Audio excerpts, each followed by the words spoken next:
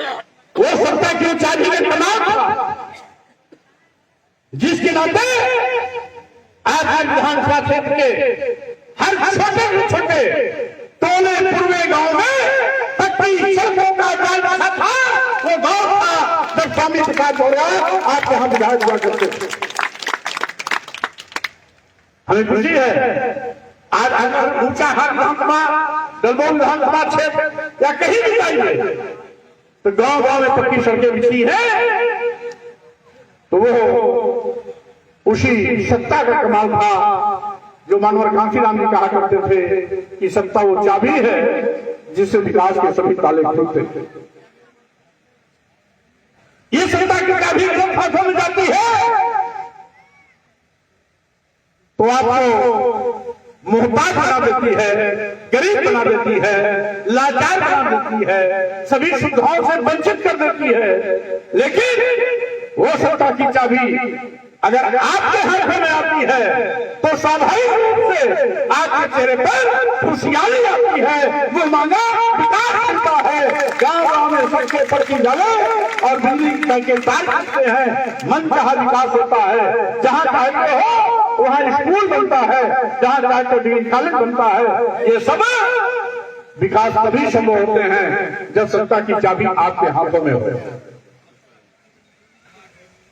आज सत्ता की चाबी गलत हाथों में है, नतीजा है कि आएगा दिन रोज किसी न किसी दलित की हत्या, आदिवासी की हत्या, पिछड़े वर्ग के नौजवानों की हत्याएं हो रही हैं। इसी राजनीति में जब से गलत लोगों के हाथ में सत्ता गई है, 2 दर्जन पारसी समाज के लोगों की हत्या हो चुकी है, 1 दर्जन चमार समाज के लोगों की हत्या हो चुकी है, लगभग 250 समाज के लोगों की भी हत्याएं 2 दर्जन तक हो चुकी है। उसमें मौर्य भी है, लोधी भी है, यादव भी है, पाल भी है, सभी समाज के लोग। यानी इसी रायबरेली के जिले की बात कर रहा हूं। कम से कम जो वर्तमान में डबल इंजन की सरकार है, इस रायबरेली अकेले जिले में 50 लोगों की हत्याएं हुई हैं। वो या तो एससी है, या तो एसटी है, या तो ओबीसी है। अपराधी खुल्लम खुल्ला घूम रहा है, क्योंकि अपराध करने वाले लोग सत्ता में बैठे हुए लोगों की जमात में शामिल है। आपको न्याय नहीं मिल रहा, क्योंकि सत्ता आपके हाथों में नहीं है, सत्ता की चाबी आपके हाथों में नहीं है, सत्ता की चाबी किसी और हाथ में चली गई है। आप चाहते हो सही मायने में खुशहाली है।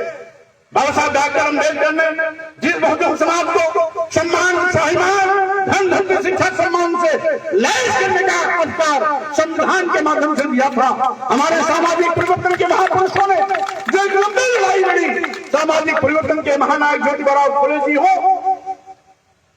या अक्षर के जनक छत्रपति साहू जी महाराज हो या शिक्षा की देवी सावित्रीबाई फुले, फातिमा सेठ जी हो या भारतीय संविधान निर्माता परम पूज्य साहब डॉक्टर अम्बेडकर और उनके इस कारवां के संवाहक के रूप में पेरियार रामास्वामी नायकर, नारा नागुरु, संत गाडगे, पेरियार ललई सिंह यादव, रामस्वरूप वर्मा जी और बिहार के लेनिन कहे जाने वाले बाबू जगदेव प्रसाद कुशवाहा जी या सामाजिक परिवर्तन के महानायक मानव कांशीराम जी रहे हैं। इन सबकी चिंता यही थी कि हमारा ये बहुजन समाज सम्मान और स्वाभिमान के साथ खड़ा हो, खुदकुरान बने, सत्ता की शासन की चाबी अपने हाथों में ले, जिससे कि हजारों साल से ये लुटा पिटा हुआ समाज, ये लुटा पिटा समाज सम्मान स्वाभिमान की जिंदगी जी सके।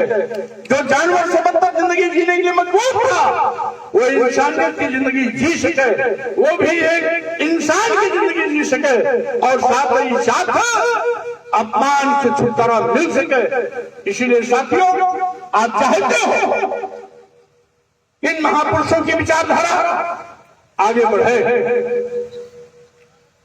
तो आप सबको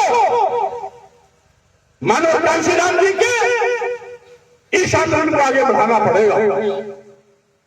आप जानते हैं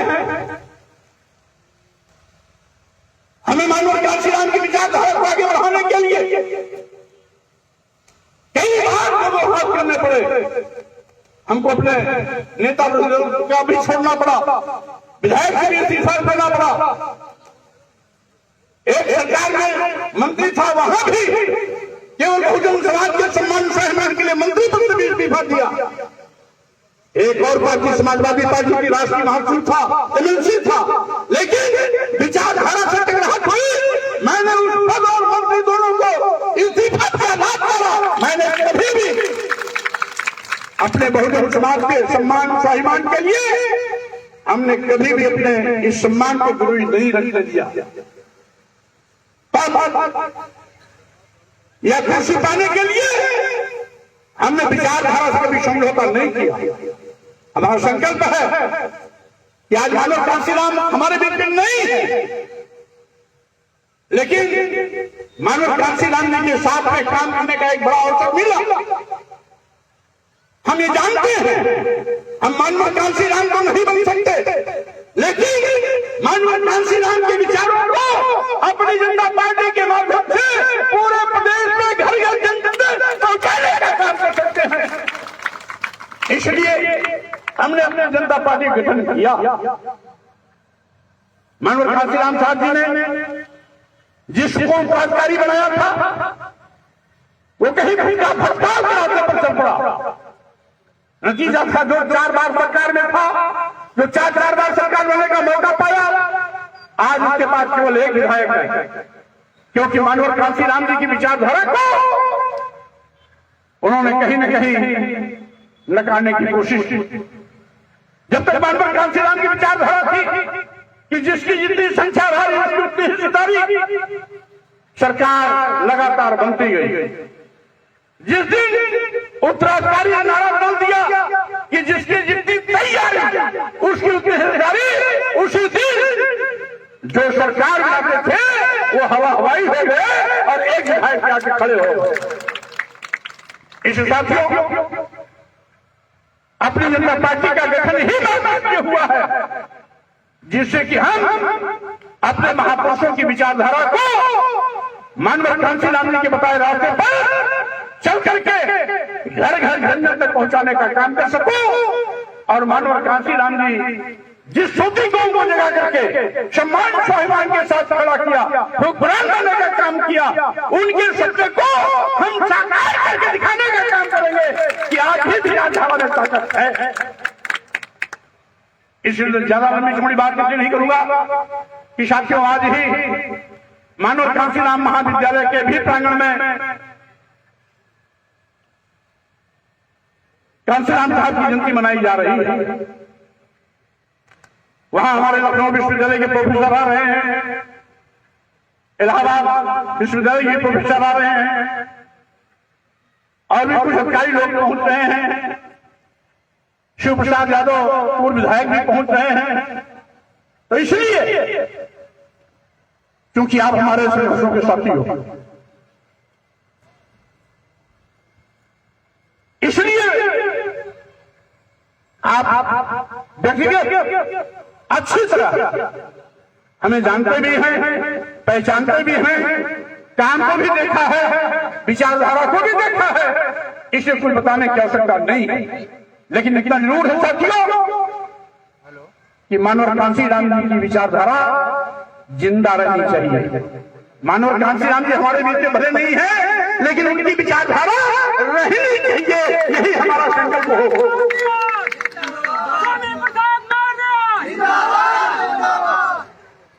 हमारे मानव कांशीराम की विचारधारा रहेगी तो स्वाभाविक रूप से बहुजन समाज का सम्मान और स्वाभिमान भी हिलोरे लेता रहेगा।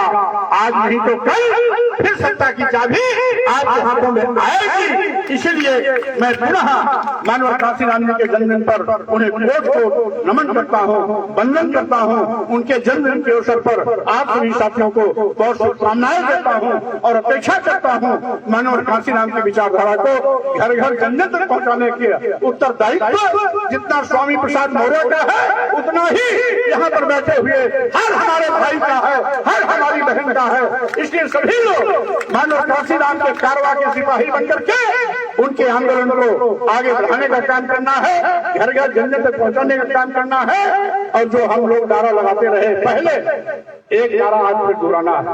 हम लोग नारा लगाते थे कि कांसी राम तेरी देख कमाई, तूने सोची कौम लगाई। आधा हम बोलेंगे, आधा आप बोलेंगे, और सबका हाथ उठना चाहिए, बहनों का भी उठना चाहिए, भाइयों का भी उठना चाहिए। सोती कौम जगाई, सोती कौम जगाई। अभी आप लोगों की आवाज कम है, हमारी आवाज भारी पड़ रही है। बोल दो भाई, सब कोई साथ बोलो। मैं बोलूंगा कांसीराम तेरी नेक कमाई, आप बोलोगे तूने सोती कौम जगाई। कांसीराम तेरी नेक कमाई, तूने सोती कौम जगाई, सोती कौम जगाई। अब दूसरा नारा एक और दूंगा, मैं कहूंगा जिसकी जितनी संख्या भारी आप कहेंगे उसकी उतनी भागीदारी, जिसकी जितनी संख्या भारी उतनी भागीदारी, जिसकी संख्या भारी उतनी भागीदारी, जिसकी संख्या भारी उतनी भागीदारी। इस बातियों अब संकल्प के साथ आगे बढ़ो। जब भी कोई चुनाव आवे, बहुजन समाज को मिलकर सत्ता की चाबी अपने हाथ में लेना होगा। अपनी दिल्ली बनाने के लिए सत्ता सरकार बनानी होगी। इन्हीं शब्दों के साथ और सबको